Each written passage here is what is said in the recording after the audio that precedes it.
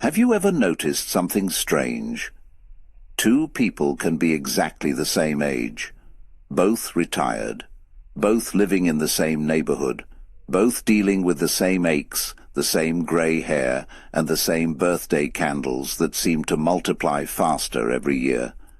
Yet one of them looks alive. They have energy, curiosity, a sparkle in their eyes. They laugh easily. They're excited about tomorrow. And the other person? They seem old, not because of wrinkles, not because of their age, but because something inside them quietly stopped moving. And that's the secret nobody talks about. Getting older isn't what makes people old. Stopping engagement with life does. Carl Jung understood something powerful about human nature. He believed that the second half of life wasn't meant to be a slow decline.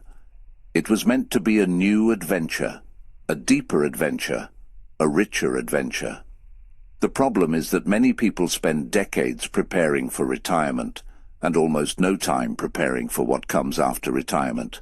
So one day they wake up and think, now what? The alarm clock stops ringing. The meetings disappear. The children are grown. The house gets quieter. And suddenly there is a lot of empty space. Now here's the interesting part. That empty space can either become loneliness or freedom. And often the difference comes down to one simple thing. Hobbies. Not just activities, not ways to kill time, but hobbies that wake something up inside you. Hobbies that make your brain smile. Hobbies that remind you you're still growing, still learning, still alive. Today we're talking about 7 hobbies that seem to keep people young long after 60. Some of them might surprise you. One of them is so simple that most people overlook it completely, and according to many psychologists, it may be one of the strongest protectors against feeling old. Let's start with a hobby that has absolutely nothing to do with exercise, yet it often makes people feel more alive than a gym membership ever could. Hobby number 1, learning something completely new. A few years ago, a man named Robert retired after working for 40 years. The first month was wonderful. The second month was relaxing. The third month was strange. He found himself wandering around the kitchen, opening the refrigerator every 20 minutes. Not because he was hungry, just because he didn't know what else to do. Have you ever done that? You walk into a room and forget why you're there, then somehow end up eating a cookie. Life happens. Anyway, Robert started feeling restless, not tired, not sick, just bored. Then one day his granddaughter convinced him to take a beginner guitar class. His first reaction? I'm too old for that. Which, by the way, is one of the biggest lies people tell themselves after 60. He couldn't play a single chord. His fingers hurt. He sounded like a cat arguing with a lawnmower. But something interesting happened. He became excited again. Every week he improved a little. Every month he learned something new. His brain had a reason to wake up. And that's exactly what Carl Jung observed. Growth doesn't stop because you get older. People often get older because they stop growing. Learning creates anticipation. Anticipation creates energy. Energy creates youthfulness. Notice something. Children are always learning, always curious, always asking questions. Adults often stop. And the moment curiosity disappears, life starts feeling smaller. It doesn't have to be guitar. Maybe it's photography. Maybe it's cooking. Maybe it's painting. Maybe it's learning a language. Maybe it's figuring out how your smartphone actually works without accidentally calling your cousin in another country. No judgment. We've all been there. The goal isn't mastery. The goal is curiosity. Because curiosity keeps the mind young. Let me ask you something. What's one thing you've always wanted to learn but never started? Drop it in the comments. You might inspire someone else to begin. And speaking of things people often overlook, the next hobby seems almost too simple, yet many emotionally healthy older adults swear it changed their lives. Hobby number 2, walking with purpose. Not exercise, not fitness, not counting steps. Walking with purpose. There's a difference.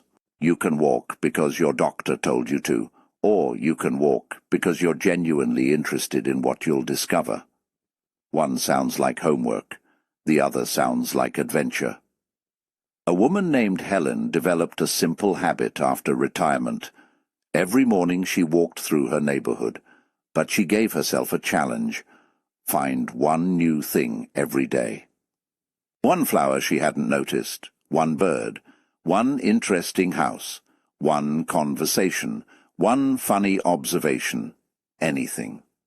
Suddenly the same streets became interesting again. Life became interesting again, and that's something many people miss. The world doesn't necessarily become boring. We stop paying attention. Jung often emphasized awareness, being present, actually seeing life, and walking is one of the easiest ways to reconnect with the present moment, especially after 60. Because let's be honest, many people spend decades rushing to work, rushing home, rushing through weekends, rushing through years. Then retirement arrives and nobody knows how to slow down. Walking teaches you how. You notice details. You notice people. You notice life. And something surprising happens. Your worries become quieter. Your thoughts become clearer. Your mood improves. Not because your problems disappeared, but because your attention shifted. One retired gentleman joked that his daily walks saved his marriage. His wife asked how. He said, "Because for 1 hour every morning nobody can find me." Now that's not psychology. That's survival strategy. But there's wisdom in it. Sometimes peace isn't found by adding more to life. Sometimes it's found by stepping outside and taking a slow walk. And the next hobby takes this idea even further.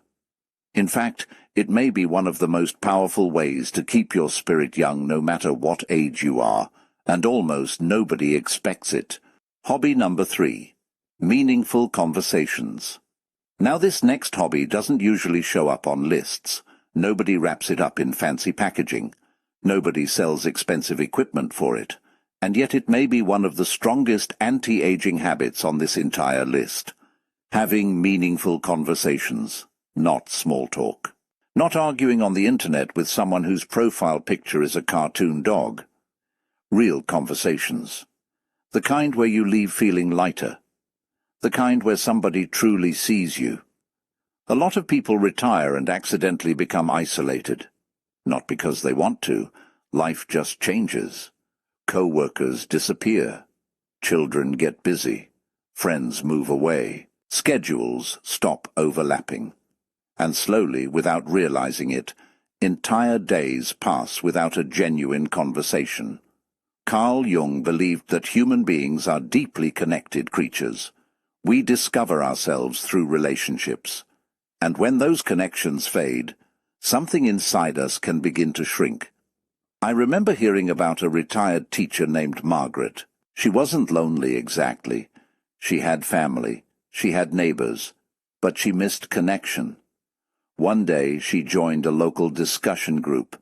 Nothing fancy, just people sharing stories, talking about life, talking about mistakes, talking about lessons learned, talking about everything from marriage to gardening disasters. Within months, people noticed something different. She laughed more, smiled more. She seemed younger. Not because her face changed, because her spirit changed. Have you ever noticed how energized you feel after a wonderful conversation? And how exhausted you feel after spending time with someone who complains about everything? It's almost like emotional weather. Some people bring sunshine. Others bring a thunderstorm and then wonder why nobody wants a picnic. The truth is simple. Connection keeps the heart young. So call an old friend. Join a group. Start conversations. Share stories. Listen deeply, because every meaningful conversation reminds you that your life still matters. And the next hobby takes that feeling of connection and turns it into something even more powerful, because it doesn't just help you feel alive, it helps other people feel alive too. Hobby number 4. Helping others. This one surprises people. Many assume retirement is finally the time to focus entirely on themselves. And yes, rest is important. You've earned it. But something fascinating happens when people spend all their time thinking about themselves. Life often becomes smaller, problems become bigger, days become longer, but when attention shifts outward, everything changes. A retired mechanic named Samuel started volunteering at a community center. At first he only planned to help once a week, just a few hours, nothing major. Then something unexpected happened. Young people started asking him questions. They wanted advice, stories, guidance. They wanted to learn from him. One afternoon, a teenager told him, "You remind me of the grandfather I never had." Samuel said that moment affected him more than he could explain, because he realized something. He still had something valuable to give, and that's one of the greatest human needs. To feel useful, to feel needed, to feel that your experience matters. Carl Jung often spoke about finding meaning, not happiness, meaning. Because happiness comes and goes. Meaning gives life depth. You don't have to save the world. Maybe it's helping at a church, maybe mentoring someone, maybe checking on an elderly neighbor, maybe teaching a skill, maybe simply being available when someone needs encouragement. Small acts create enormous impact. And here's the funny thing. People often think they're helping others, but secretly, others are helping them. Because purpose is one of the most powerful sources of youthfulness. Without purpose, life feels heavy. With purpose, even difficult days feel worthwhile. But there's another hobby that quietly changes people from the inside. And if you've ever felt overwhelmed, stressed, or emotionally exhausted, this one may become your favorite. Hobby number 5. Creating something with your hands. There is something magical about making things. It doesn't matter whether it's painting, woodworking, knitting, gardening, pottery, baking, or building birdhouses. Creating something changes your relationship with time. Hours pass like minutes. Worries fade. Stress softens. The mind settles. A man named George spent decades in a high-pressure job. Always busy, always solving problems, always rushing. After retirement, he felt lost. Then one day, he started building small wooden toys for his grandchildren. Nothing complicated. Simple projects. But every time he finished one, he felt a sense of satisfaction he hadn't felt in years. Why? Because creation reminds us that we're still capable of bringing something new into the world. A garden, a painting, a quilt. A loaf of bread, a handmade gift. It doesn't matter. The act itself matters. And let's be honest, there is something deeply satisfying about pointing at something and saying, "I made that." Especially when nobody thought you could. Especially when you didn't think you could. And speaking of surprising hobbies, the next one might be the most overlooked source of youthfulness in modern life, because it asks you to do something many adults have forgotten how to do. Play. Hobby number 6. Play without a purpose. When was the last time you did something purely because it was fun, not productive, not profitable, not practical? Just fun. Many adults stop playing. Somewhere along the way, they decide life must always be serious. Responsibilities take over, schedules take over, worry takes over, and fun quietly leaves through the back door. Children understand something adults forget. Play isn't a waste of time. It's fuel. Think about it. Have you ever watched grandparents chasing grandchildren around the yard? They're laughing. They're being silly. They're making ridiculous noises, and somehow they look 20 years younger. Coincidence? Probably not. Play wakes up parts of us that daily responsibilities put to sleep. Maybe it's dancing, maybe it's board games, Maybe it's fishing. Maybe it's singing terribly in the car. Maybe it's learning card tricks. Maybe it's bowling. Maybe it's laughing so hard at a family gathering that you forget what you were laughing about in the first place. The activity doesn't matter. The joy matters. Carl Jung once said that the creation of something new is accomplished by the play instinct. Think about that. Play isn't childish. It's creative. It's alive. It's human. And now we come to the final hobby. In many ways, this one ties everything together, because it may be the most powerful habit for staying young emotionally, spiritually, and psychologically. Hobby number 7. Exploring your inner world. This is where Jung's wisdom becomes especially meaningful. Most people spend their entire lives learning about the world. Very few spend time learning about themselves. And yet, the second half of life is often the perfect time to begin. Journaling, reflection, meditation, prayer, quiet thinking, reading meaningful books, asking deeper questions. These practices help people understand themselves better, not to become serious, not to become withdrawn, but to become free. A woman named Clara started journaling after 65. At first, she simply wrote about her day. Then she started writing about memories, lessons, regrets, dreams, things she never had time to process. Years later, she said something beautiful. She said, "For the first time, I feel like I know myself."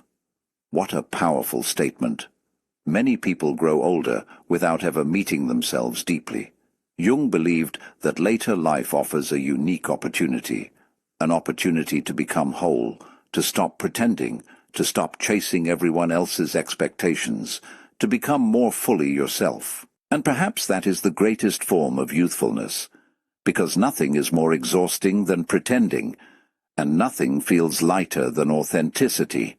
So here we are, 7 hobbies, 7 simple paths, learning something new, walking with purpose, meaningful conversations, helping others, creating with your hands, playing again, exploring your inner world.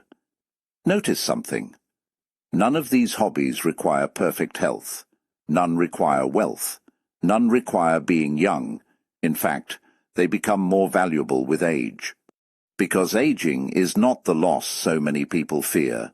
Aging is perspective. Aging is freedom. Aging is finally knowing what truly matters. Carl Jung understood that the second half of life is not supposed to be a copy of the first half. It's supposed to be richer, deeper, more authentic. And maybe that's why some people seem to glow as they get older.